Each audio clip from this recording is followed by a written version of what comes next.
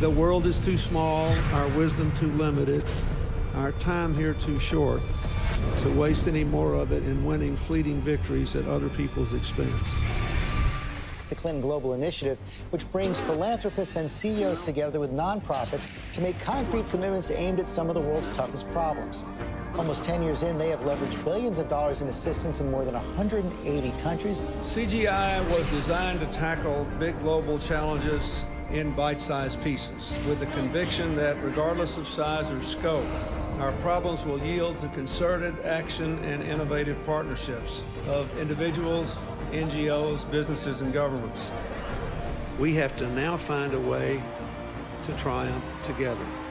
All the problems that we face, from climate change to financial contagion to nuclear proliferation, are too complex and cross-cutting for any one government, or indeed for governments, to solve alone. Because we believe that ending hunger is not only possible, but it is both a moral and strategic imperative.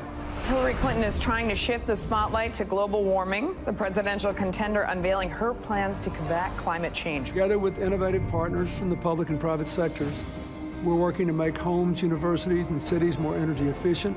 We share a common future, and we are here to find common ground. Women must be empowered. It's classic Bill Clinton, by using his birthday to help the causes he champions, from combating climate change to obesity and even HIV/AIDS. Help bring new dignity and respect to women and girls all over the world. And in so doing, bring new strength and stability to families as well. We are trying to do something no one has ever done before. A new report today claims that the Clinton Foundation gives about 10% of its money that it raises to actual charities and the services that they offer. It has been reported you've made $5 million making speeches. The president's made more than $100 million.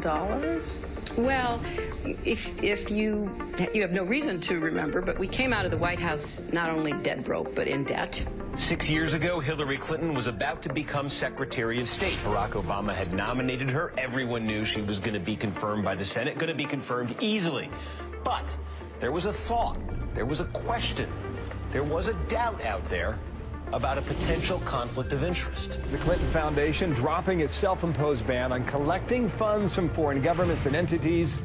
And now the Washington Post reports total contributions to that foundation amount to $2 billion.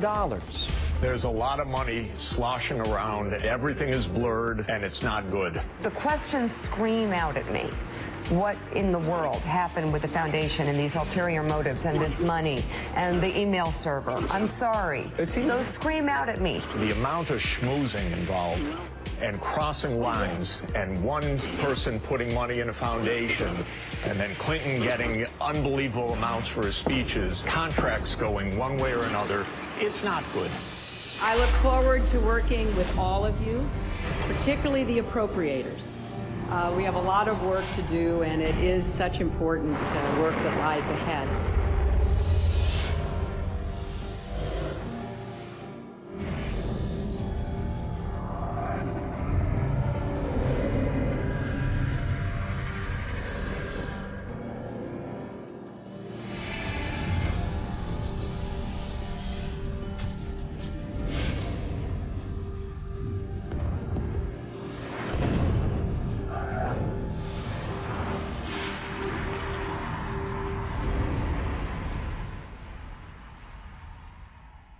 We did this with a very simple strategy.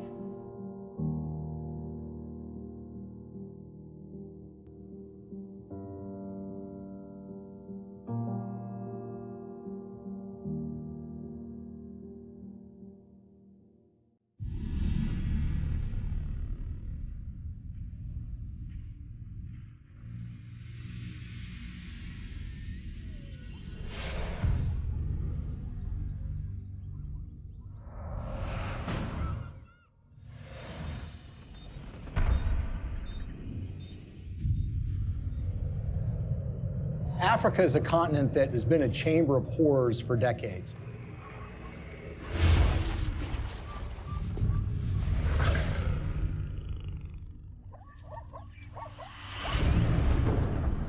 it's really not the fault of the African people. It's largely a result of the kind of system that's been perpetuated there. You have these oligarchs which dominate these countries that oftentimes have natural resources that can be very lucrative. And these oligarchs strike deals with foreign corporations or foreign governments who in effect prop them up and put them in power. And in exchange, these oligarchs give these entities access to rich mineral deposits. And the Clintons, you would expect to be opposed to this sort of thing, and that's at least what their language does. Our countries have deepened our cooperation on many issues, including good governance and transparency, energy, regional security, and advancing peace and development in the Niger Delta. The problem is their words are different from their actions. Rwanda has clearly taken an impressive trajectory of development, and the people here still think Kagame is the man to take them to another level. President Paul Kagame has walked all around the crowd, thanking the people for electing him unopposed as chairman of the RPF or president of the RPF for another 7-year term. But his critics say that far from entrenching democracy in Rwanda, he's actually eroding it by silencing his opposition.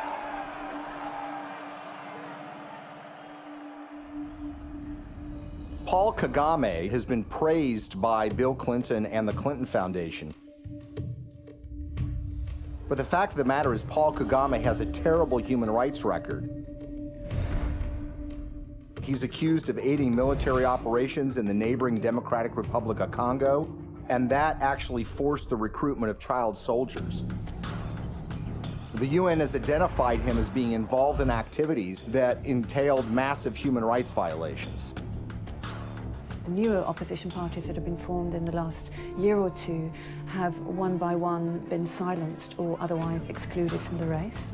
And individuals, so not only politicians but even journalists, for example, and other Rwandans who may have views different from those of the government, have found themselves at the receiving end of what has become quite a violent campaign of intimidation. Well, Paul Kagame is a friend of Bill Clinton's. I want to say a special word of appreciation for the leadership of President Kagame. I'm greatly humbled to receive this Clinton Global Citizen Award. He's actually given awards by Bill Clinton for his conduct as the leader of that country, and they regale him as a great military leader. This is the sort of legitimization that we don't want of these kinds of dictators and leaders. That's the kind of legitimization that the Clintons have engaged in. And they've done it in a way that creates commercial opportunities for donors and friends and allies who want to do business in Africa.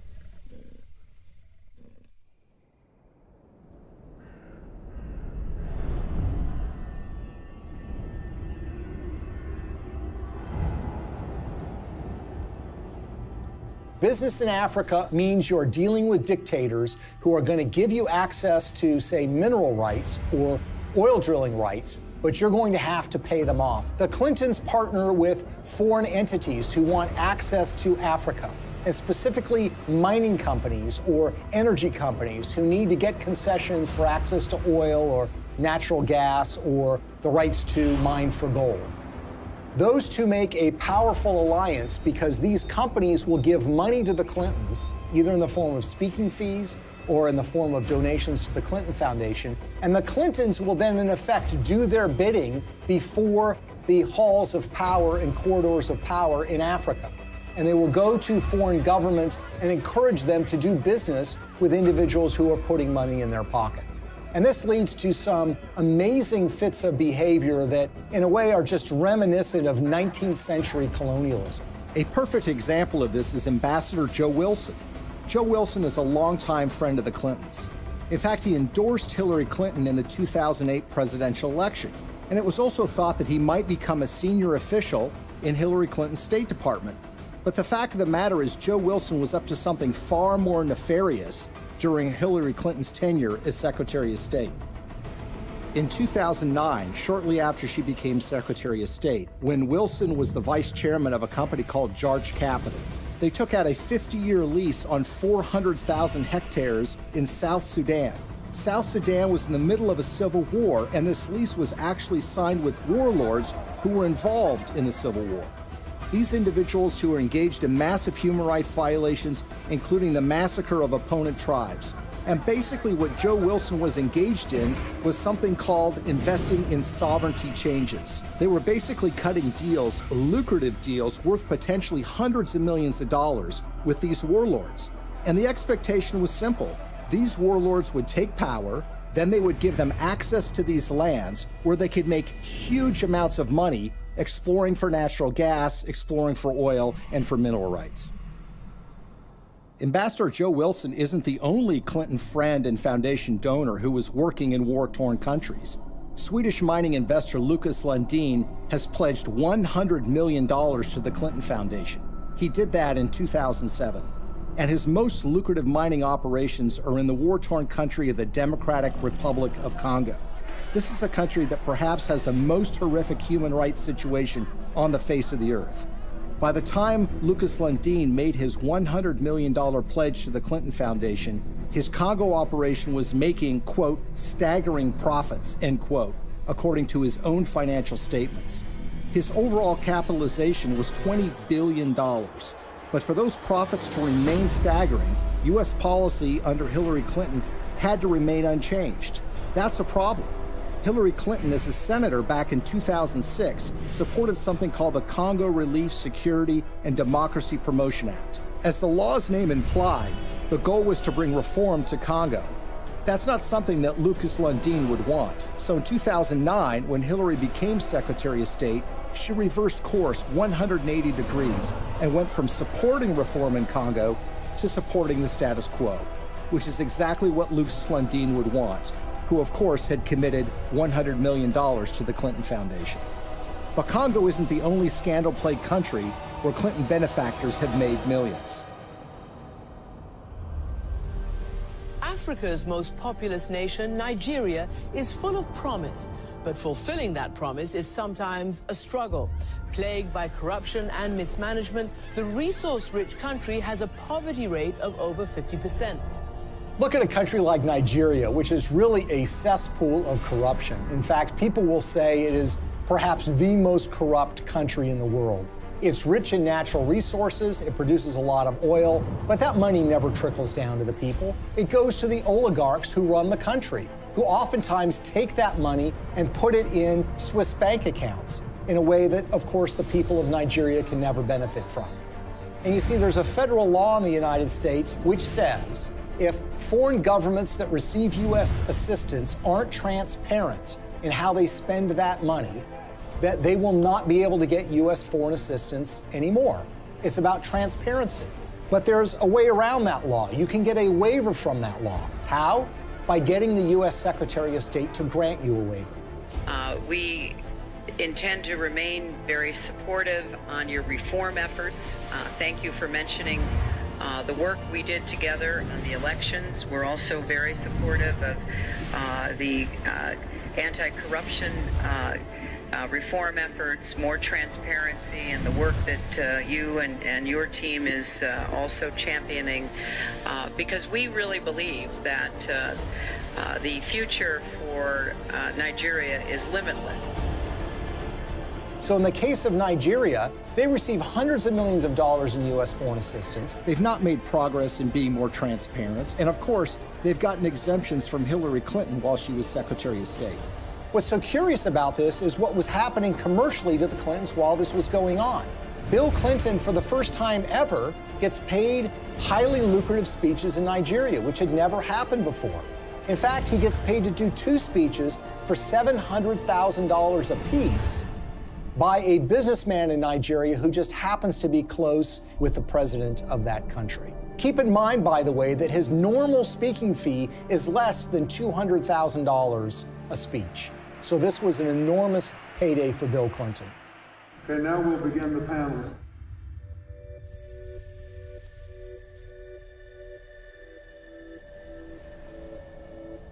One of the pinnacles of power in that country is a gentleman named Gilbert Chagoury. Gilbert Chagoury, who has committed $1 billion to the Clinton Global Initiative, is connected to another individual in the Clinton orbit. That would be Mark Rich, the billionaire who was on the FBI's 10 most wanted list that was suddenly and surprisingly pardoned by Bill Clinton in 2001. Mark Rich, you might recall, is somebody who was trading oil with the Ayatollah Khomeini of Iran at the same time that the Ayatollah was holding 50 Americans hostage. He also had a long history of busting UN sanctions by trading oil with the apartheid regime in South Africa and a whole host of other nefarious governments. Well, Gilbert Chagoury, the high Clinton donor, was business partners with Mark Rich. Together, they sopped up oil assets in Nigeria and sold them on the oil market for the benefit of a corrupt individual who was leading Nigeria at the time, named General Abacha. Abacha smuggled, by some estimates, $4 to $8 billion out of the country and put them in European bank accounts. Gilbert Chagoury was indicted and convicted in Europe for helping him to do that. He was charged for aiding and abetting a criminal enterprise and on money laundering charges. And the suffering that ends up being done here is by the people of Nigeria, who see their leadership getting a pass from the United States. The elites in those countries are getting rich, the Clintons are getting rich, and the money somehow never trickles down to the people of Nigeria. Sadly, this theme of resources not trickling down to those most in need is a common one when it comes to the Clintons.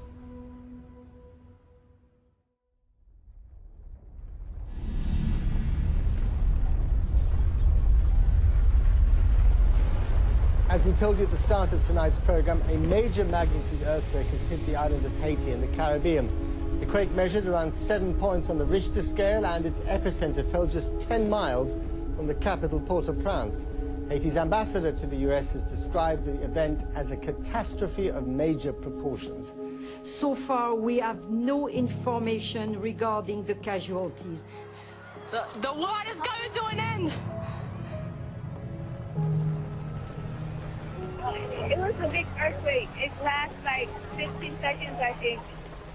Probably the most devastating humanitarian crisis that Hillary Clinton faced during her tenure at the State Department was the tragic earthquake in Haiti.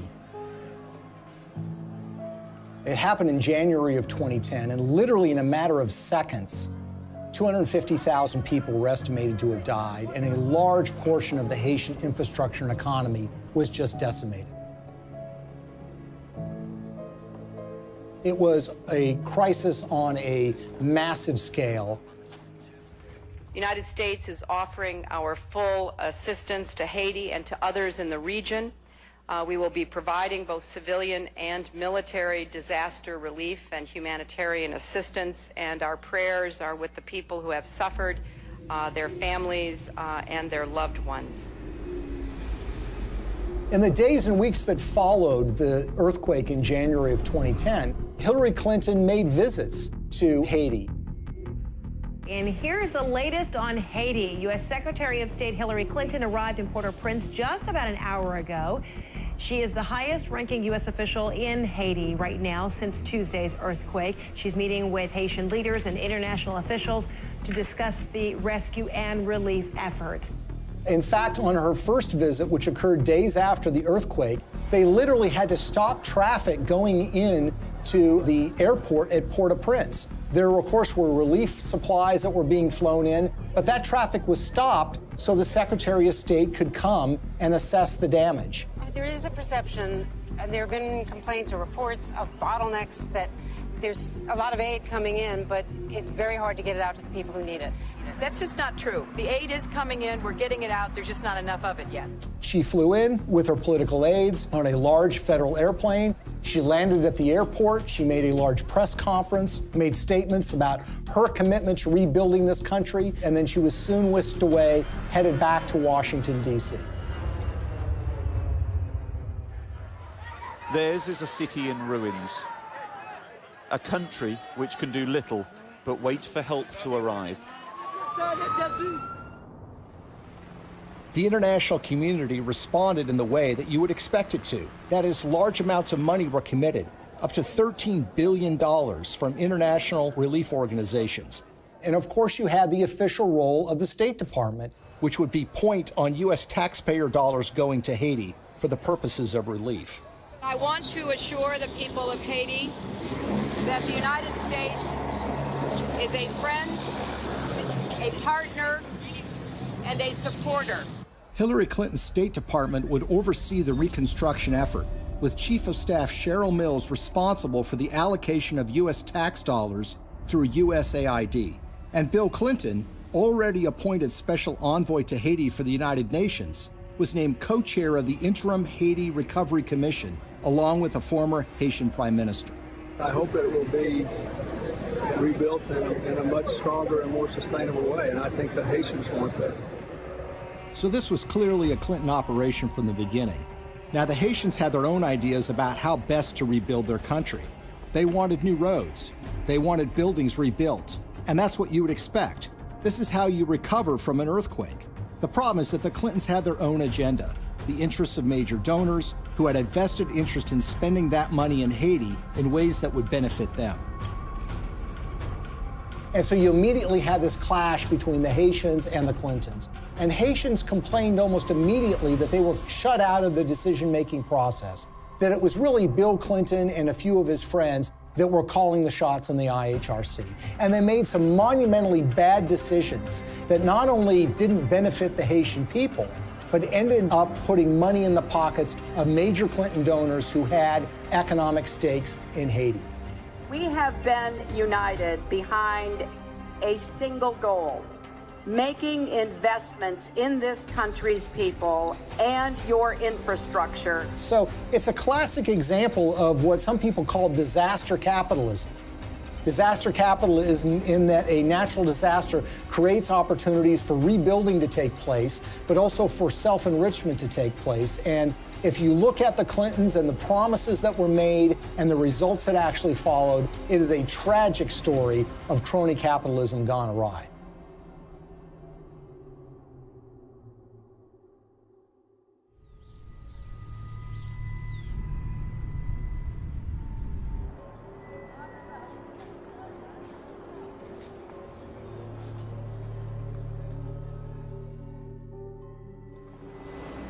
The single largest relief project that the United States committed taxpayer dollars to, $124 million to be exact, was a project called Caracol, a textile factory that was built in the northern part of the country that was supposed to create some 60,000 jobs and was supposed to create tremendous economic growth. There's a problem here already. You see, the earthquake affected the southern part of Haiti. The northern part of the country was entirely unaffected. But who were the beneficiaries of this? Companies like Gap, Target, and Walmart, to name a few. The Caracol factory was built, but it didn't create 60,000 jobs. It created barely 5,000 jobs. But the major American companies who got textiles tariff-free, made at low wages, benefited enormously. And the end effect on the Haitians was very, very minimal.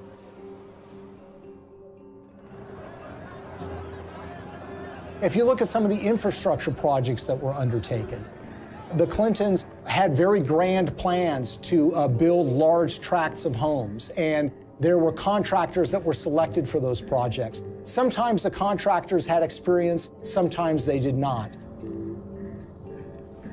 There's one company in Florida that spent $1 million getting equipment into Haiti. They had experience in disaster relief, but according to the owners of that company, they only made a small donation to the Clinton Foundation. And guess what? They didn't get any relief contracts. On the other hand, the contractors who did win the awards were given the opportunity to build homes, and in some instances were supposed to build tens of thousands of homes for Haitians. They ended up building a fraction of that. For instance, the New Settlements program was supposed to build 15,000 homes for $53 million. Instead, it built 2,600 homes, less than a quarter of the original estimate, for $90 million, or $47 million over budget. And they got away with it. So you had contracts going to these relief organizations that were also involved with the Clinton Global Initiative. And you had this one organization, Dahlberg, that was supposed to do an assessment for relocating people that suffered from the earthquake. They determined that people should be moved to a site that happened to be on a cliff that was highly unstable. USAID's Inspector General reviewed Dahlberg's recommendations and found them basically unusable. One member of the USAID shelter team was quoted by Rolling Stone magazine as saying that the recommendations were so bad, it looked like the team never even got out of their SUVs. Another person said that only one of the people that was sent to Haiti by Dahlberg actually spoke French. Telecom mogul Dennis O'Brien is one of the world's richest people, and he's finding opportunities in the poorest country in the Western Hemisphere. The Irish billionaire is the largest private investor in Haiti through his company Digicel, and he's now leading the Clinton Global Initiative efforts down in Haiti. Probably no one came out better in the Haitian reconstruction effort than an Irish billionaire named Dennis O'Brien. He is a Clinton Foundation donor, giving them between $5 and $10 million. He helped arrange speeches for Bill Clinton, too. The interest of the Obama administration, particularly the former Secretary of State Hillary Clinton, all the different things that have happened to help Haiti get up off the floor have been led by the U.S. And he was the owner of something called Digicel, which is a cell phone company at the time of the earthquake. As part of that relief effort, the State Department run by Hillary Clinton wanted to fund a mobile money transfer service that would allow Haitian citizens to transfer and receive money on their phones. Well, Digicel applied to be the recipient of that grant money. 4 weeks after their application, Digicel actually sponsored a speech for Bill Clinton in Jamaica, and they paid him $225,000. And as it turns out, within 4 months of that speech, Digicel would receive the first installment of that grant money. The earthquake actually has been great for Digicel and Dennis O'Brien. More than 4 years since a magnitude 7.0 earthquake devastated Haiti, and outrage there is growing over the largely failed reconstruction effort, despite the hundreds of millions of dollars in aid that has been collected and spent by the IHRC, the Interim Haiti Recovery Commission. So whether you're talking about housing or cell phones, you see that the people that are closest to the Clintons have made out very well from the Haitian earthquake. The rest of the country, the ordinary people of Haiti, not so much. Haitian activists staged a protest outside Hillary Clinton's Manhattan office. The demonstrators claim billions of dollars were stolen through the Haiti Reconstruction Commission headed by Bill Clinton. They also say Haiti was used as a cover for foreign governments to funnel kickbacks of possibly hundreds of millions of dollars through the Clinton Foundation. They say it was done in exchange for favors that Hillary was doing for them as Secretary of State. The tragedy is we had an opportunity to rebuild in a way that would give the people of that country hope. Sadly, that opportunity was squandered, and what took place, rather than rebuilding Haiti, was the self-enrichment by friends of the Clintons.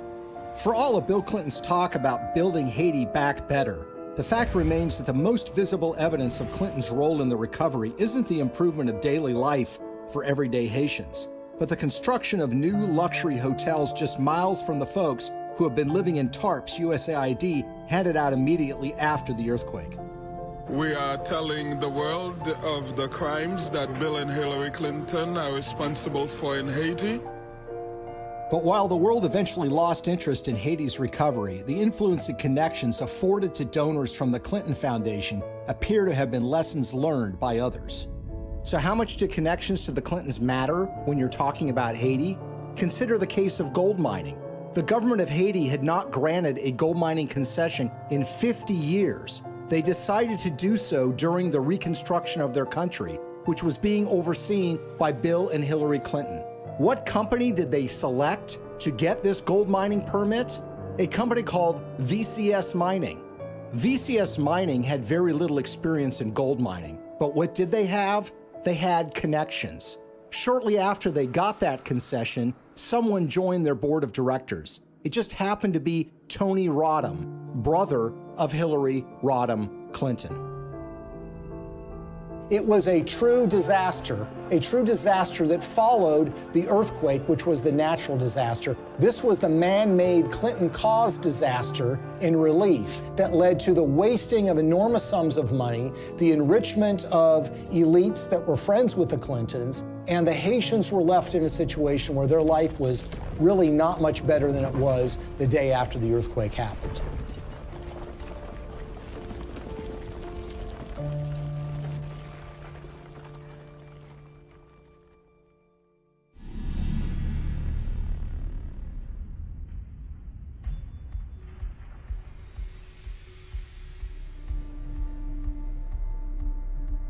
An ambitious pipeline is firing off a war of opinions.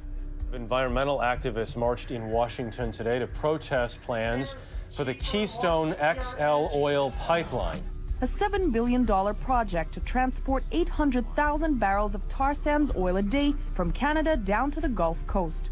In Washington, a showdown on the Senate floor today over the Keystone XL pipeline. The vote to approve the controversial project has big political implications. The pipeline would create 20,000 jobs, but opponents say the environmental risk is too great.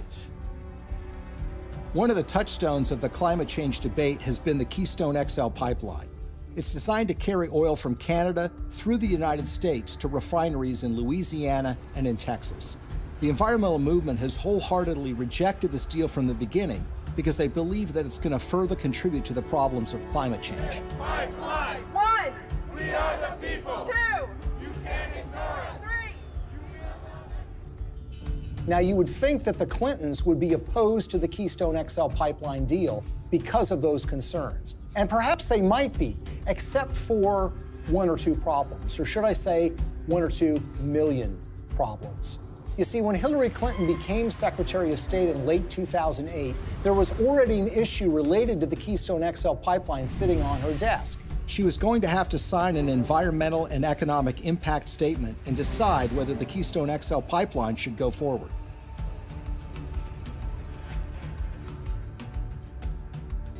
At that precise time, Bill Clinton gets a lucrative offer of nearly $2 million to give 10 speeches in Canada for the first time ever from a company called TD Bank Investment Group.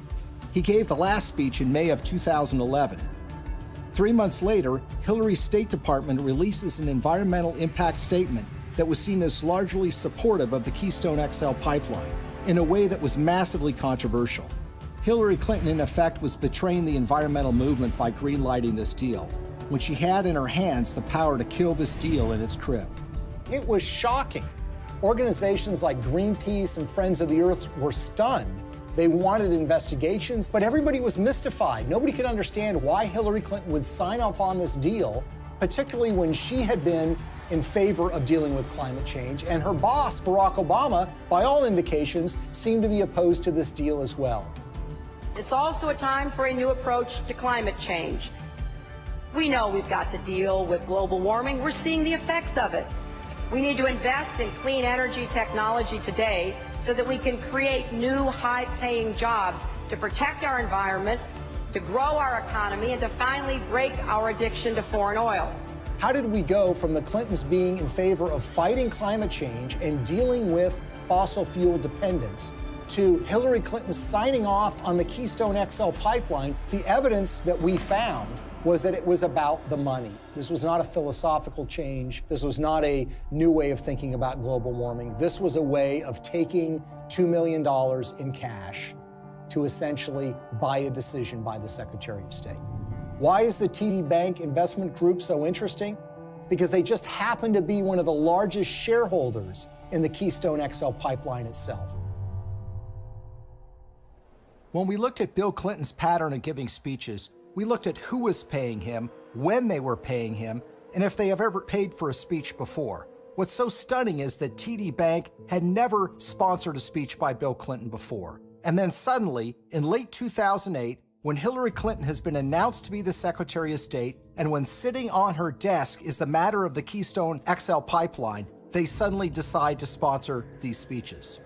And when people realized that the Clintons had pocketed about $2 million at the precise time Hillary Clinton was making this decision, it all now suddenly made sense. Because as we've seen repeated over and over and over again, when it comes to the Clintons, you have to follow the money. And in the case of the Keystone XL pipeline, they seem to have abandoned their principles, their commitment, as it was, to combating global warming and dealing with our dependence on fossil fuels. They jettisoned that when $2 million showed up and suddenly came out in favor of the Keystone XL pipeline. When you see this sort of pattern of behavior, you can't come to any other conclusion that it's a system of pay to play. And again, other entities appear to have picked up on this business model too. Well, Bill Clinton has been paid enormous sums of money over the years to give speeches. On average, he gets a little less than $200,000 per speech. But something happened in late 2008. his speaking fees skyrocketed after he'd been out of office for years. The reason was his wife had become Secretary of State. In fact, 11 of the 13 speeches for which Bill Clinton has been paid $500,000 or more occurred precisely when Hillary was the most powerful diplomat in the world.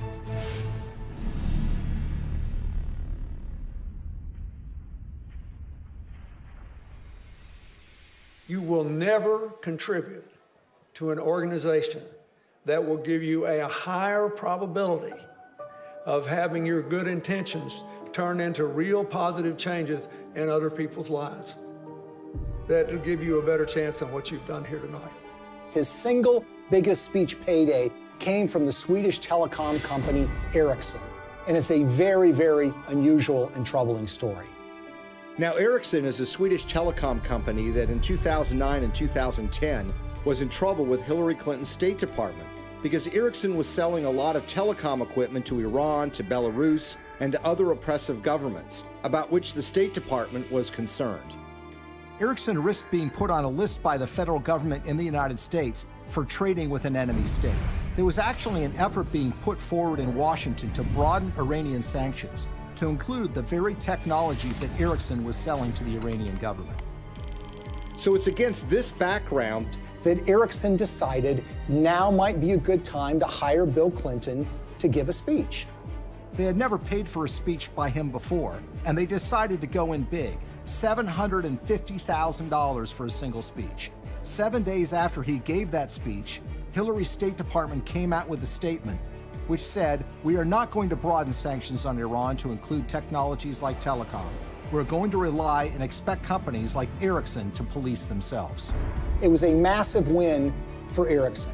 Ericsson was able to avoid having to deal with a regulatory battle in Washington, giving up contracts that were highly lucrative in these countries, and being put on a list that would create an enormous diplomatic problem for them, all because essentially they paid Bill Clinton to give a speech for $750,000.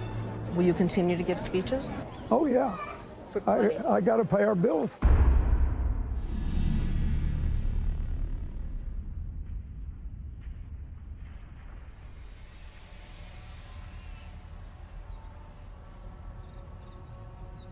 So the question is, why do we see the Clintons reversing decades of policy positions that they've held so closely on issues like human rights and environment? And a big clue comes from the folks that are giving the Clinton Foundation literally tens of millions of dollars. And one, if not the biggest donor to the foundation, is a Canadian named Frank Giustra. Giustra is in the mining business, hardly something you'd call environmentally friendly. And he has interests all over the world. And he used his relationship with the Clintons to benefit those interests, regardless of the environmental concerns. A great example of this is what happened in Colombia. What's so interesting about the relationship that the Clintons have with Frank Giustra is they tend to show up in these foreign countries together at the same time. Frank Giustra's made billions of dollars over the years in the so-called penny stock market in Canada, which is highly open to manipulation. He's been very successful in this area. Now, the Vancouver Stock Exchange is not like the New York Stock Exchange in the United States. This is a stock market or an exchange that is dominated by penny stocks, made up of a lot of natural resources stocks. It's sort of the wild, wild west of investing. It's called Dodge City sometimes. And the reason is because there's a lot of speculators, there's a lot of misinformation that's put around, and there are a lot of mining companies that don't really have any assets, but will proclaim to have gotten the rights to some lucrative gold mine, let's say, and then they send that news out to the public in the hope that it will lead to a flood of people buying the penny stock so the shareholders can sell their assets.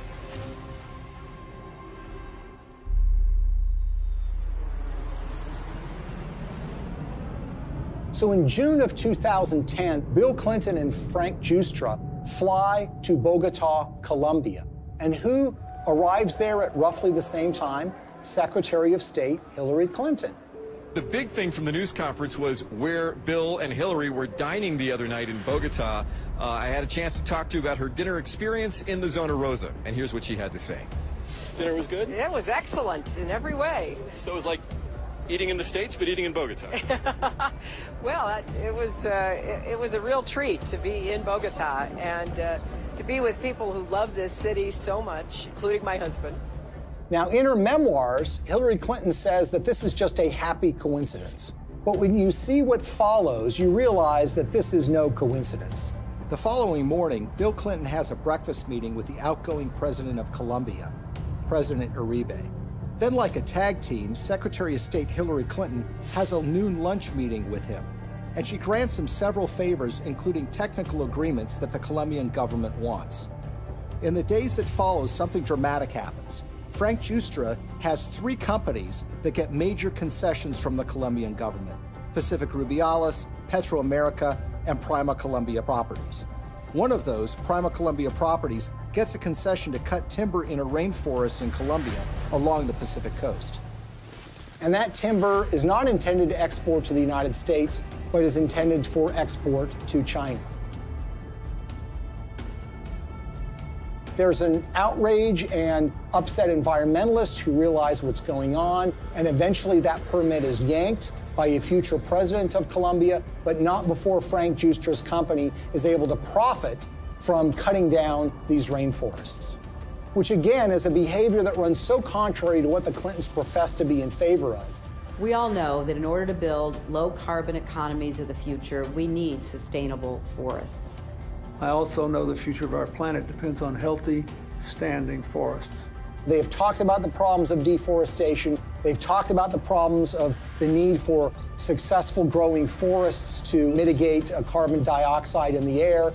And yet, when this commercial opportunity was presented to a major donor of theirs, they seemed to be very much supportive of that and, in fact, helped to get him those concessions. He deserves the credit for this. This was his idea, not mine, and he raised the money. And it's an astonishing achievement.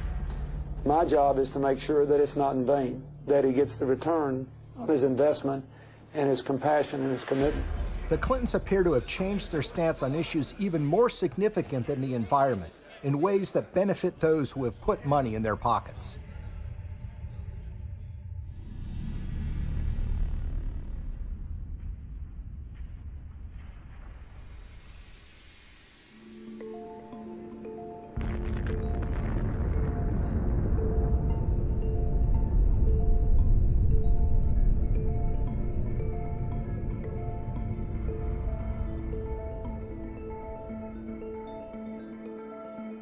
I represent a president and a country committed to a vision of a world without nuclear weapons and to taking the concrete steps necessary that will help us get there. The Indian nuclear deal, I think, is so troubling because this is a core national security issue. One of the signature achievements in foreign policy for Bill Clinton was pushing the Test Ban Treaty and the Non-Proliferation Treaty. Today in New York, the United Nations General Assembly voted overwhelmingly to adopt the Comprehensive Nuclear Test Ban Treaty and open it for signature later this month. The NPT has been sort of the holy grail when it comes to nuclear disarmament, something that the Clintons have been supportive of, not just for years, but for decades. That was all thrown asunder in 1998 when the Indian government tested nuclear weapons underground. India's action threatens the stability of Asia and challenges the firm international consensus to stop all nuclear testing. These were tests that truly shocked the world. Even the CIA was not aware that these tests were about to take place. Clinton's reaction was volcanic. He felt betrayed by the Indian government, and as a result, he imposed sanctions on India, essentially saying, you're not going to get access to U.S. nuclear technology until you sign the NPT, the Non-Proliferation Treaty. In 2005, the Indian government wanted to get these sanctions lifted. Not only do they have an interest in expanding their civilian nuclear base, they live in a neighborhood where some pretty tough customers and rivals have nuclear weapons themselves. First of all, you've got Pakistan, which is right next door, which is widely believed to have nuclear weapons. And then you have China, a longtime rival of India, which has a nuclear arsenal. The Clintons said that they were in favor of giving the Indian government some access, but the problem is it didn't go nearly as far as the Indian government wanted. So in 2005, they started making donations to the Clinton Foundation. This morning, yet another shady donation to the Clinton Foundation has surfaced, this time tied to a donor from India, apparently a friend of Bill Clinton. We're talking about tens of millions of dollars from Indian interests flowing into the Clinton Foundation. And we're talking about at least hundreds of thousands, if not millions of dollars in speeches that Bill Clinton was paid by interested parties in the Indian nuclear deal. Amar Singh, according to Clinton disclosures, has given between $1 and $5 million to the Clinton Foundation in the push to get them to support Indian access to nuclear technology. He's a member of parliament who has gotten in fistfights on the floor of the parliament, who's been charged with bribing members of parliament to get certain pieces of legislation passed. You see, the problem is when you ask Amar Singh, he says it wasn't my money. I don't have that kind of money. I couldn't have given him that amount of money. And in fact, when you look at Indian public records, you see that Amar Singh doesn't have a net worth anything close to being able to give that amount of money. So where did the money come from? Well, sometimes the most obvious answer is the correct one. Sant Chantwal is an Indian businessman who has been close to the Clintons for years. He pledged to raise $5 million for her 2008 presidential campaign. And Bill Clinton was at his son's wedding. They actually named him as a trustee of the Clinton Foundation. When Hillary Clinton was first running for the Senate in 2000, Sant Chantwal was in trouble with a federal agency called the Federal Deposit Insurance Corporation. He basically owed them millions of dollars from unpaid loans. Well, in 2000, Chantwal throws a fundraiser for Hillary Clinton, and he brings in $500,000. A few months later, with Bill Clinton still president of the United States, Sant Chantwal's case with the FDIC was abruptly settled for a mere $125,000. So basically, the federal government got pennies on the dollar. He would actually go on to plead guilty for funneling $180,000 in illegal campaign contributions to Hillary Clinton, among others. And no one seems to have made the connection. Well, maybe one reason no one made the connection is because the Clinton Foundation mysteriously erased any mention of Sant Chantwal from the website once he had admitted to his illegal activity. So here we are years later, and we've got this donation in a guy's name who swears he didn't actually make the donation. And you've got this longtime Clinton benefactor who actually gets the highest civilian award in India because of his role in changing Hillary Clinton's mind on this nuke deal. Singh Chantwal says he's worked with everybody and even laid the foundation of the Indo-US nuclear deal. So the Indian government says that they've given you this award for your role in pushing the Indo-US nuclear deal forward. How exactly would you describe the role you played in this? Well, I can tell you Indian nuclear power deal.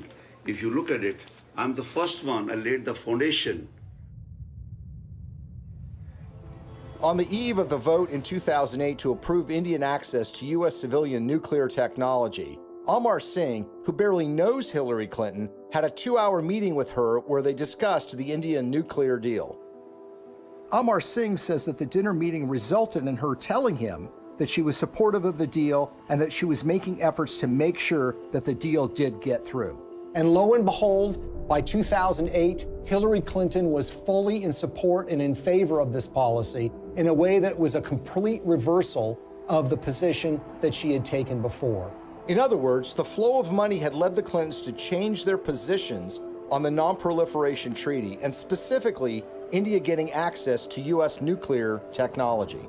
This was a decision that was wholly out of step, wholly inconsistent with a progressive liberal agenda. Hillary Clinton made a decision of reversing her previous position after the flow of funds to the Clinton Foundation, and her husband gave some speeches in India. But this wouldn't be the last time Hillary reversed herself regarding nuclear weapons technology. Shockingly, Bill and Hillary would end up receiving money from folks that were looking to make something happen a lot closer to home.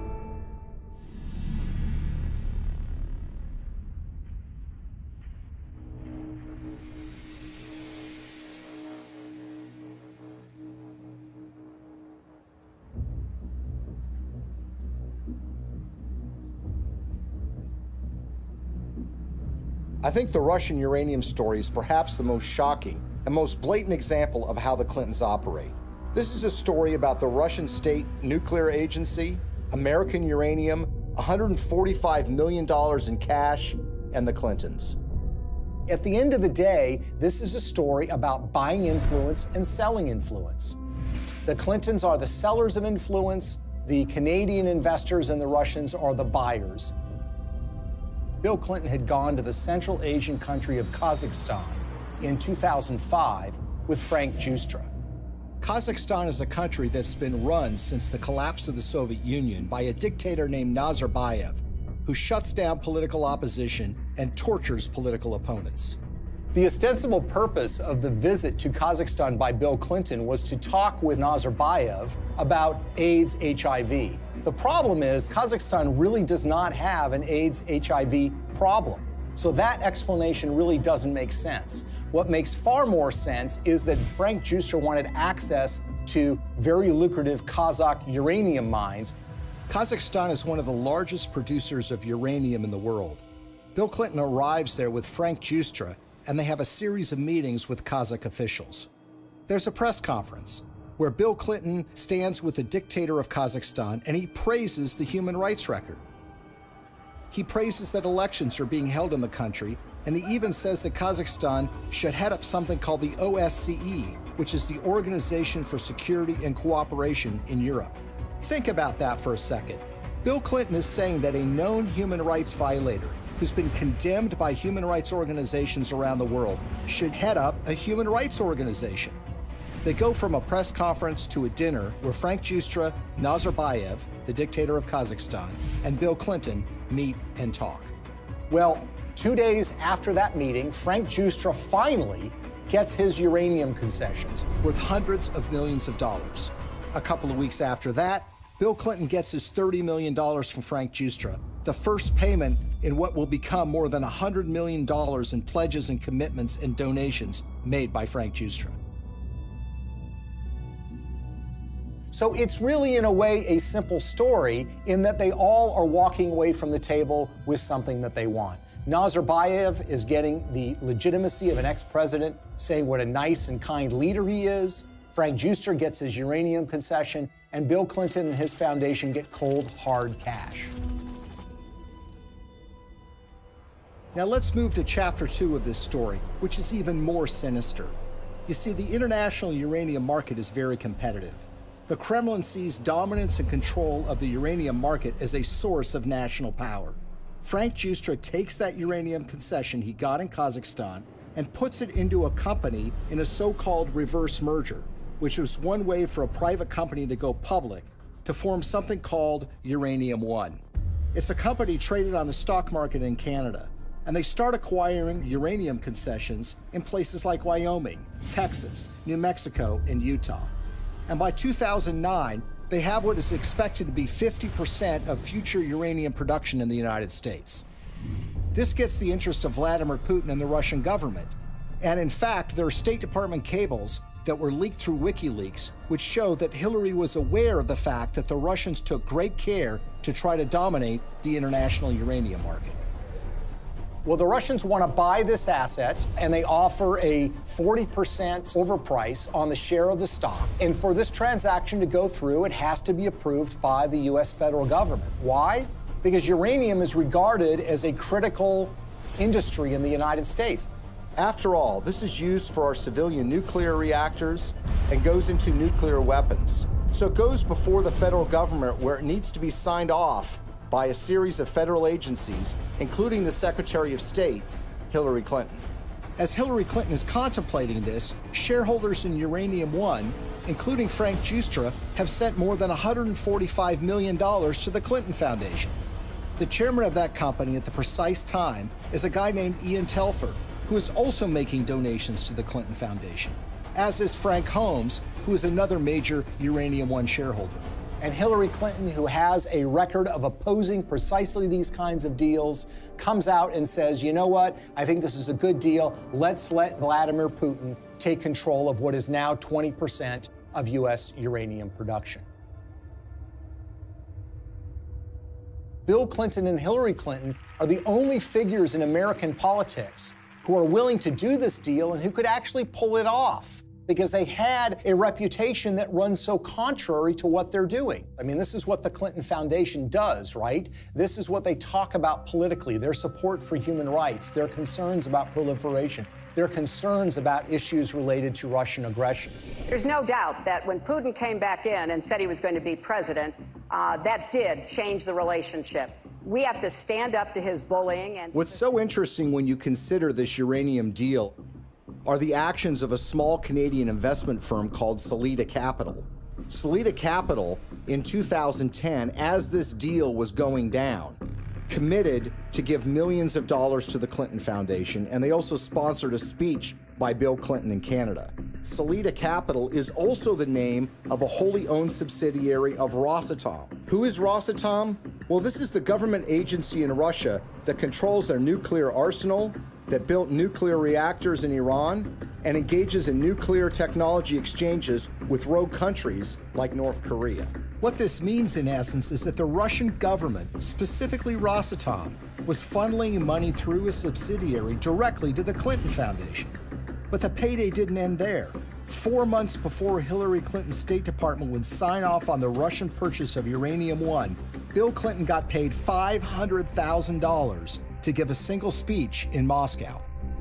He was being paid by a firm called Renaissance Capital, which has a long history of association with Russian intelligence services. What makes this speech stand out is not only the timing of when he's being paid, but the amount that he's being paid. You see, the last time Bill Clinton gave a speech in Russia was 5 years earlier. At that time, he was paid about 1/3 of what he was being paid this time. Why is Russian control of 20% of U.S. uranium so troubling? If you're in an era where nuclear weapons are a reality, where nuclear energy is an important component of energy production in the United States, and increasingly around the world, control of uranium is absolutely crucial. And unlike oil or natural gas can be found in so many places around the world, there are precious few places where you can find significant and large amounts of uranium that you can produce on a commercial scale. What we've essentially done is handed this precious resource to Vladimir Putin and the Russian government. They're not only engaged in aggression in places like Ukraine, but they've been very aggressive in fighting American interests around the globe.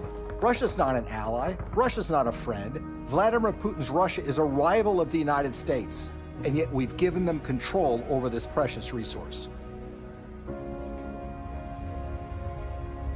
Uranium, the key mineral in nuclear generation, is a domestic resource. This is what's going to power America. I think a lot of people in Middle America would be surprised to know that the Russian government is doing business in places like Colorado or Wyoming or Utah. These are small mining towns. These are operations that have existed for a while, that have been under the control of American companies or for a while Canadian companies. But it's now Russian companies that control this, and those companies are controlled by the Russian government. Having read through the archives of the KGB, the files that they have been released, I can tell you that they look at the United States as weak and ineffectual. This is a thuggish government that is engaged in massive human rights violations. There are opponents of this regime that have been killed or have disappeared. There's been persecution of human rights organizations. There's been persecution of homosexuals. And it's shocking and stunning to me that there has not been more attention focused to this fact, that we have given this critical resource to somebody who is engaged in so much nefarious behavior. Greetings from Washington. I want to thank all of you for your work to root out corruption that weakens economic development, feeds black markets and organized crime, and undermines the promise of democracy. As we work together to eradicate corruption in our own countries, we should also maintain the highest standards of transparency and accountability in our development efforts around the world. Corruption in emerging markets and fragile democracies undermines the confidence of citizens and investors alike, while responsible governance helps to foster sustainable economic development and political stability. I believe in the oldest adage in American politics, which is follow the money. Enormous amounts of money have flowed to the Clintons. from foreign governments, foreign financiers, and businesses. Some of that money lands in their pocket. Some of it lands in their foundation. It's a pattern we've seen repeated over and over and over again all around the world. It's not a coincidence. Money exchanges hands and favors are done. Now Clinton friends and supporters will say there's no smoking gun. But look at American political history. People are convicted all the time for a pattern of behavior where, for example, they're engaged in insider trading on the stock market. So, for example, you have a foreign corporation or a foreign government that wants something from the State Department while Hillary Clinton is Secretary of State. They will make a large payment to the Clinton Foundation.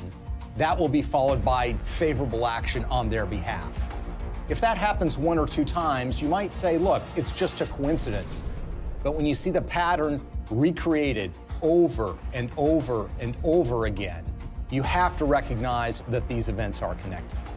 They've created a model for massive self-enrichment that allows you to go into so-called public service, but get extremely rich at the same time. And when friends and allies say that the Clintons aren't really that interested in money, their actions show otherwise.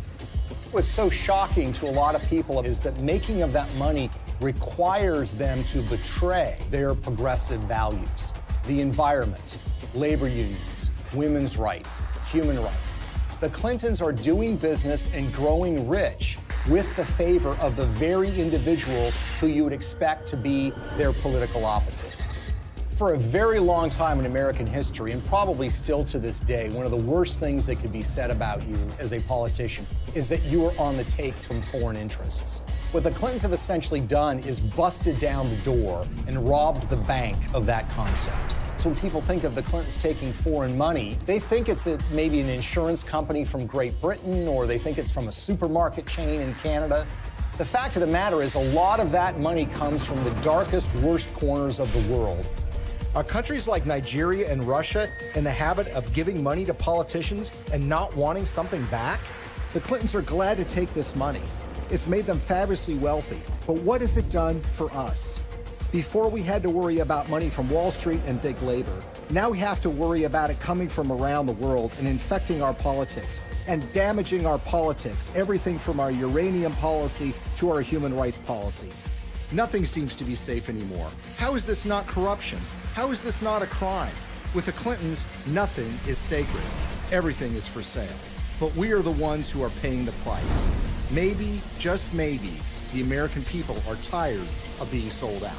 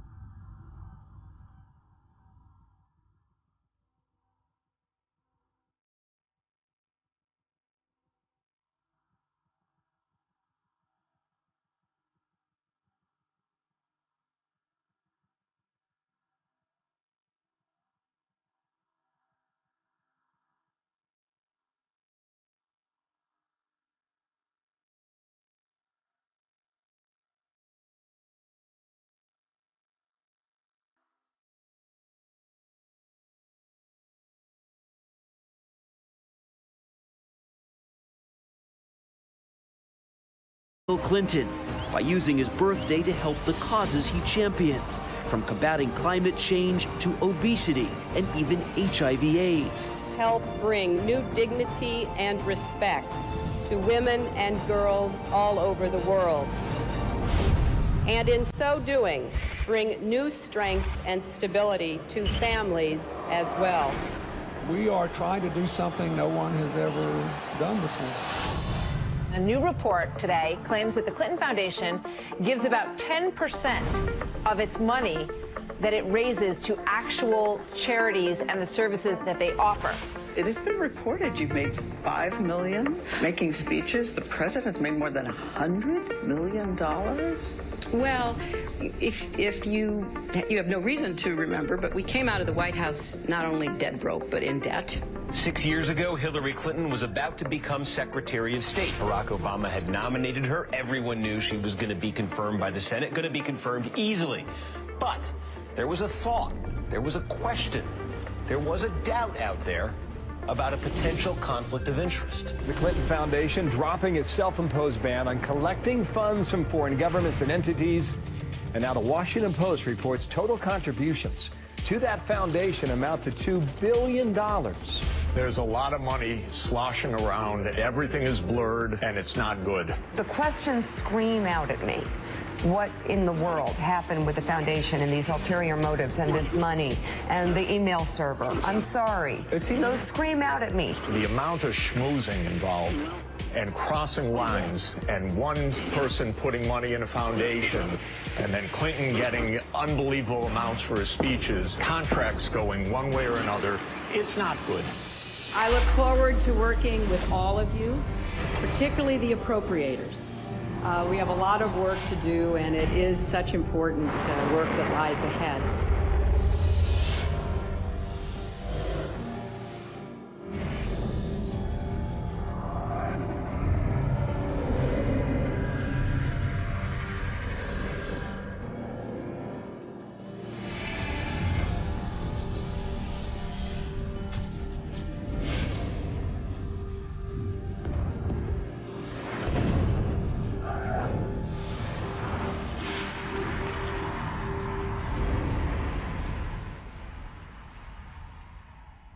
We did this with a very simple strategy.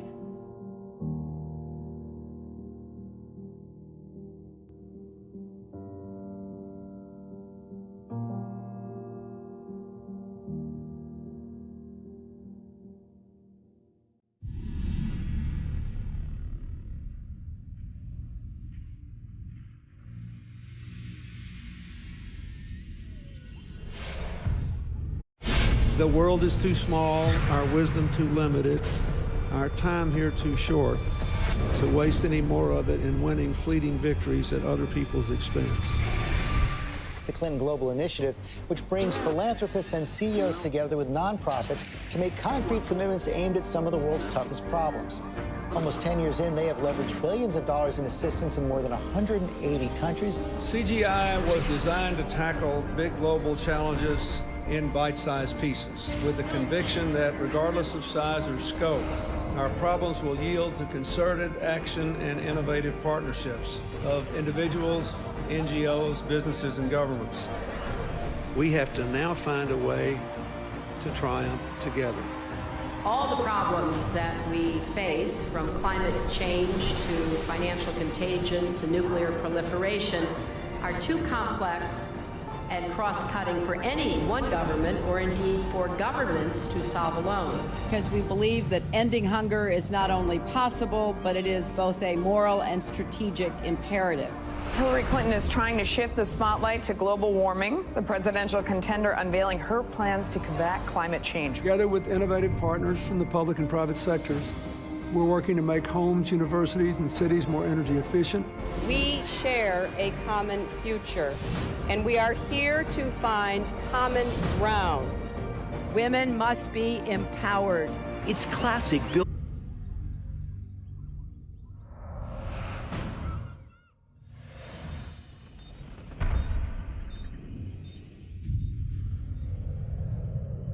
Africa is a continent that has been a chamber of horrors for decades.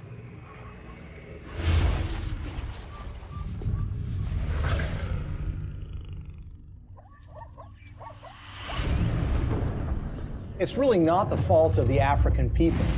It's largely a result of the kind of system that's been perpetuated there. You have these oligarchs which dominate these countries that oftentimes have natural resources that can be very lucrative. And these oligarchs strike deals with foreign corporations or foreign governments who in effect prop them up and put them in power. And in exchange, these oligarchs give these entities access to rich mineral deposits. And the Clintons, you would expect to be opposed to this sort of thing, and that's at least what their language does. Our countries have deepened our cooperation on many issues, including good governance and transparency, energy, regional security, and advancing peace and development in the Niger Delta. The problem is, their words are different from their actions. Rwanda has clearly taken an impressive trajectory of development, and the people here still think Kagame is the man to take them to another level.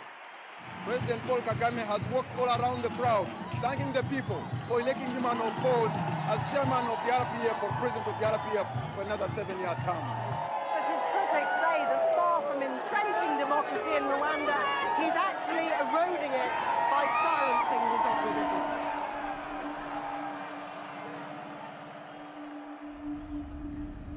Paul Kagame has been praised by Bill Clinton and the Clinton Foundation. But the fact of the matter is Paul Kagame has a terrible human rights record. He's accused of aiding military operations in the neighboring Democratic Republic of Congo, and that actually forced the recruitment of child soldiers. The UN has identified him as being involved in activities that entailed massive human rights violations. The newer opposition parties that have been formed in the last year or two have one by one been silenced or otherwise excluded from the race. And individuals, so not only politicians but even journalists, for example, and other Rwandans who may have views different from those of the government, have found themselves at the receiving end of what has become quite a violent campaign of intimidation. Well, Paul Kagame is a friend of Bill Clinton's. I want to say a special word of appreciation for the leadership of President Kagame. I'm greatly humbled to receive this